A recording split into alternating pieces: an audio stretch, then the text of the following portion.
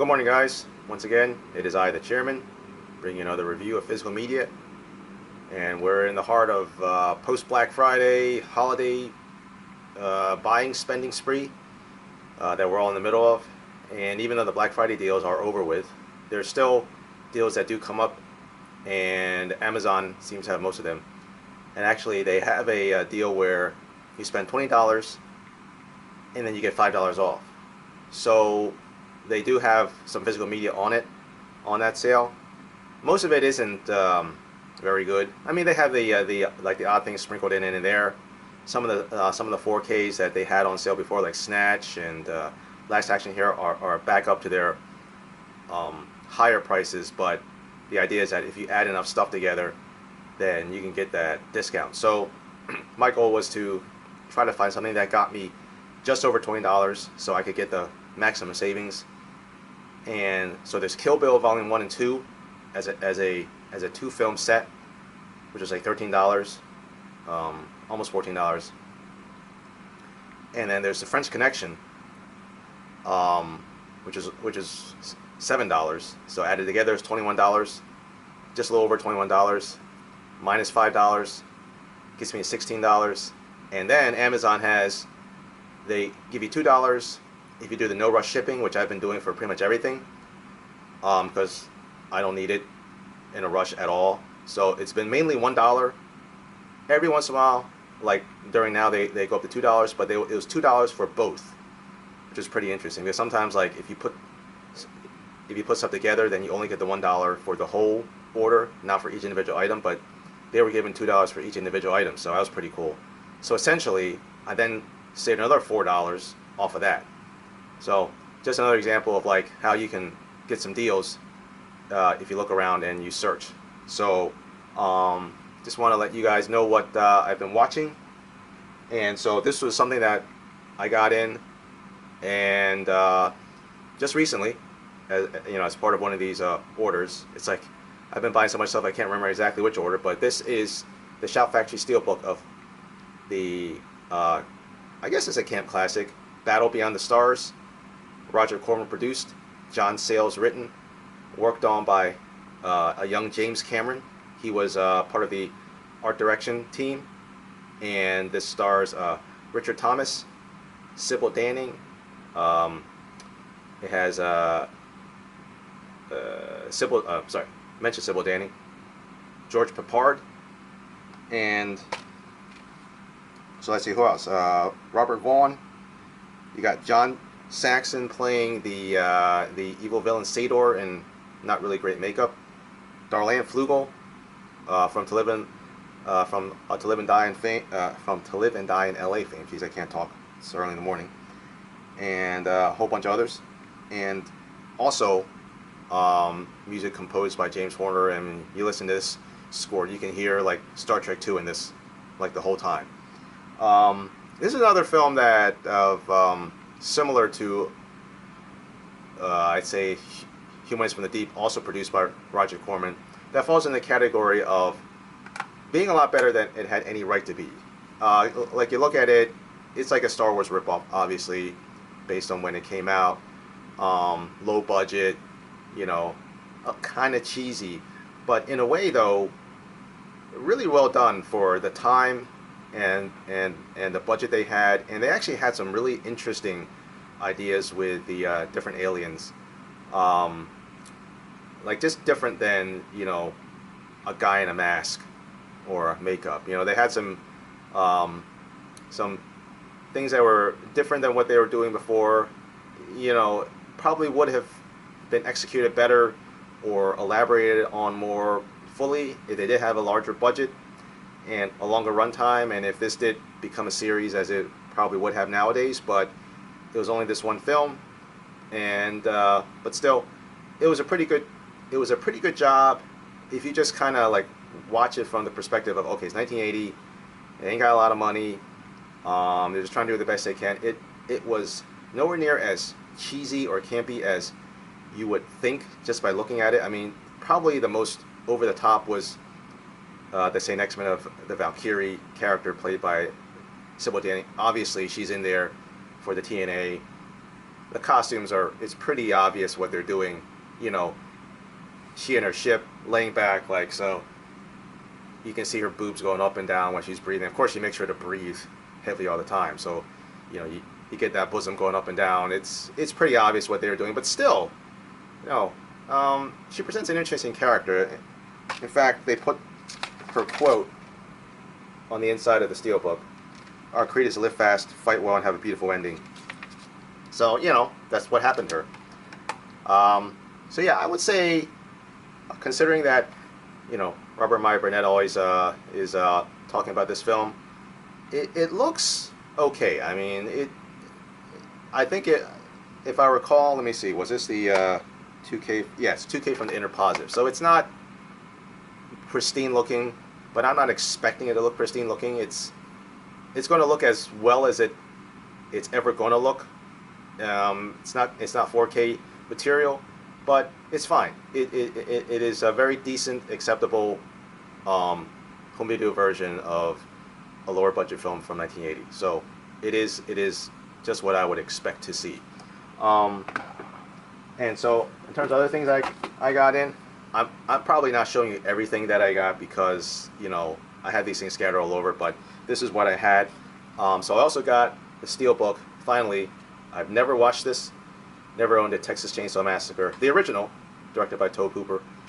Yeah, I know, I've never watched Texas Chainsaw Massacre, but there's a lot of films I've never watched either. But then again, I'm sure I've watched a lot of films that no one else, not a lot of other people have watched also. So, you know, ends up being pretty fair, I guess.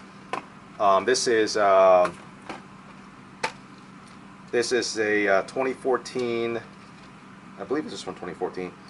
Yeah, 2014 4K digital restoration from Dark Sky Films. So this is the back of the J card, and I'm kind of doing what Dieter Bastian is doing, and I'm cutting this out because the thing with these steelbooks is that they have this part in here for, I guess, a book or a digital code flyer that for which there is none of this film. So I just put it in here, leave it in here, because otherwise there's like nothing on here. I have no information about this disc at all other than what's on that J card. So that's that. Also got David Ayer's Fury. This was one of the $8 ones from Amazon. So pick this one up because, you know, everything I've heard is a decent film, recent film, so it should look fine on 4K. I mentioned the Emilio P. Moralia's other film that I got, The Red Queen Kills 7 Times, and I mentioned The Companion, The Night Evelyn Came Out of the Grave, and this is that. So I got that. That's the inside. And the reverse art is a little bit more morbid, so, you know, you kind of give you an idea what's going on with this film. This is a bit of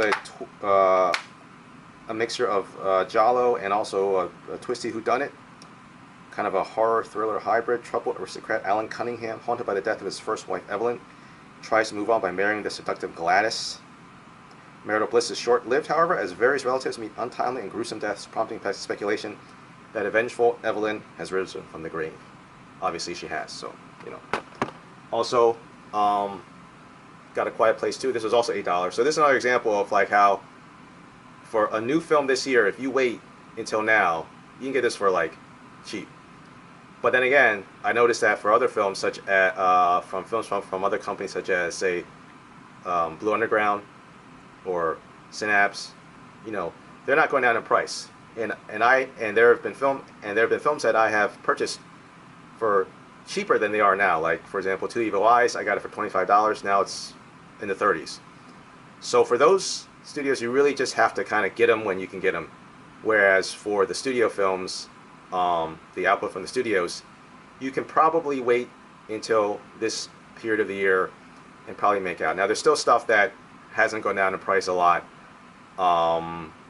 new stuff, and a lot of that is just seems like the different studios just kind of hold off on their price drops differently than, say, for example, these guys are Paramount, right? Yeah, Paramount. So Paramount seems to be dropping their prices. They have a sale on now for the Paramount Presents line. Everything except for like really new stuff like Ragtime is basically at $15. So I got Greatest Show on Earth. Actually, I don't have it here. It's still upstairs, but I just got in the Greatest Show on Earth, and then pretty much all the other ones like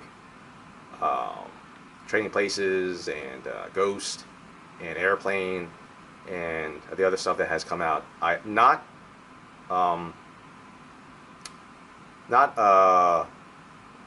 everyone, but most of them. So, and then also in terms of like I said, going back and watching older stuff that I just have been ignoring. Yes, Deadpool 2. I've never watched Deadpool 2. I've owned this for over a year.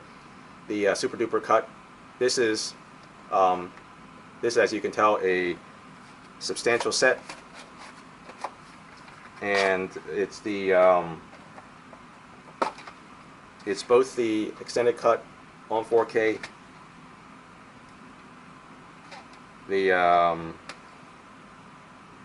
and the regular cut. Sorry, the theatrical cut. Jeez, what am I saying? The theatrical cut on Blu-ray, the extended cut on Blu-ray, and the theatrical cut also on Blu-ray. So this is like basically both versions of the film on 4K and Blu-ray. And I gotta say that aside from the obvious breaking of the fourth wall and just Deadpool being Deadpool, this was a really interesting film. It was actually, I would say, more heartfelt and likable than the first one, to be honest. Because the main crux was that I'm not spoiling anything because it's been out for a while, but Vanessa is killed and Deadpool just goes into a complete funk of grief, and he just constantly wants to die, but he can't because he has a healing factor, same as Wolverine. He can't kill himself because he just wants to go to heaven and rejoin Vanessa. So the whole thing is like this redemption arc where then he also meets this kid Russell Fire Fist, and he doesn't want him to go to the dark side because he's been captured and experimented on and abused by this Essex house. And so the whole thing is and the whole thing is that this conflict between Cable, who wants to kill Fire Fist, and Deadpool, who wants to stop Cable from killing Fire Fist, and in doing so, kind of Deadpool redeeming himself as he tries to stop Fire Fist from turning into a life of evil, which was going to happen, and that's the reason why Cable came back in time, was he wanted to kill Fire Fist before he grew up as an adult and caused all of the destruction that he did. So it sounded like, it sounds like it was going to be a mess. And when I heard of what was going on with Deadpool 2, I said, this sounds like it's going to be a mess. But actually, surprisingly, it's not. It's actually really well done, I would say. And if you just get over all of the, the breaking the fourth wall stuff, and if you're not into that, I would say that, pretty much any comic book fan, a comic book movie fan, should be able to just watch Deadpool, just enjoy it for what it is. Just understanding that, look, it's not an MCU film, it's not a DCU film. We don't have to be so strict about continuity and verisimilitude, and just let go of your desire for every comic book film to be serious as fuck and just, like Zack Snyder Justice League all the way. Not saying that I'm not saying that that's bad, but it's just every once in a while it's nice just to kind of have a different change of pace, to just let go of those desires for everything to be so serious. Because sometimes, it's cool because we've had comic book films just be treated like trash for like the majority of my life. That when they started coming out and being treated seriously, it was great. But then it gets to a point where they start getting treated too seriously and, handled with too much reverence, that sometimes just stepping back a bit and being able to laugh at it is a good thing. because then it lets us go back and watch, the other MCU films and the other DC films and anything else that comes out, and just appreciate them more, knowing that there's a Deadpool there, just ready to take a poke at them if if things do get too out of hand. So that's just my 2 cents on how to appreciate Deadpool, and hopefully going forward, Deadpool 3 and beyond, that they'll maintain that feeling of what really the purpose of the Deadpool films and the Deadpool character is. So anyway, so I haven't been getting in a lot of. Oh, I'm sorry. Jeez, I'm totally messed up. This is The Greatest Show on Earth. I had it hidden under a couple records.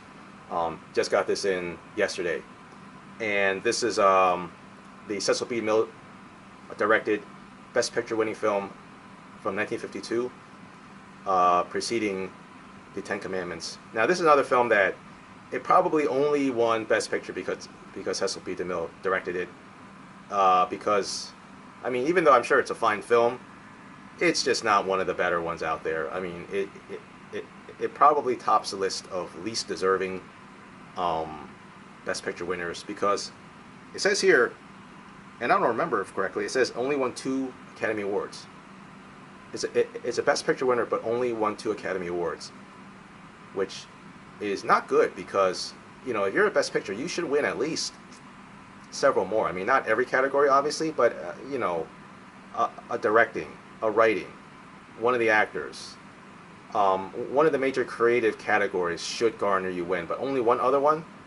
That tells me that the Academy just basically gave the Best Picture to DeMille because he's DeMille, more so than the fact that the film actually deserved the win on its own, because it's a star-studded cast. It has Charlton Heston, Dorothy Lamour, Gloria Graham, Betty Hutton, James Stewart as like playing one of the circus clowns. So it's pretty much made to win an Academy Award. I mean, we talk about Oscar bait films nowadays.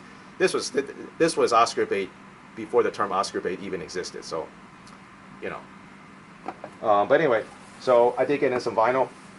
Haven't been getting a lot of vinyl because it's funny how vinyl is more expensive than discs are. But I've been wanting to get Judas Priest's Sad Wings of Destiny for a while, but it's always been like higher in price, so it finally dropped a little bit. And this is actually cool because it's a double album, but it's 45 RPM, which is kind of weird because I don't know why. Like, what's the benefit of it being 45 RPM? Because they're putting like one side is 3 songs, and so every other side is like 2 songs. So I thought if it's 45 RPM, you should be able to put more. You should be able to put more onto the disc, or maybe less. So it kind of seems odd to make it a 45 RPM, and I don't know that there's any benefit. I don't know, like, is it going to sound better? Is there any technical difference other than, hey, let's make this a 45 RPM, because no one makes LPs in 45 RPM. So I'll give it a listen, see how it is. I also kind of don't like that they use these paper sleeves, because as you can tell, it's kind of hard to get back in. I'm gonna have to replace the sleeves with the with the ones I bought, because this is not easy to get back in. And yes, that is what she said. Also got, of course, Led Zeppelin 4. Like I said, like I said before, I don't like to rebuy many albums that I already own on CD, but every once in a while, for certain albums that just have that all-time classic quality, especially an old record, especially something that probably deserves to exist in my collection on vinyl, I'll make an exception. There's a few other ones that I've just been keeping my eye out. Maybe a couple Black Sabbath ones. Probably not. I mean, I'm definitely going to reserve that status for only a few records. Of the ones for which I own it on CD. Now, stuff like Priest, I never bought a Priest album before, so that's wide open. I want to get Stained Class. I have Swimming for Vengeance on order. So any of those, any of the classic Priest albums, you know, I'm gonna get. But this is obviously no need to introduce Led Zeppelin 4. It's not actually technically Led Zeppelin 4 as a title. It's just Led Zeppelin. In fact, the spine, there's no title on the spine, because why should there be? You know, once like if you see the spine, you know it's Led Zeppelin, their 4th album.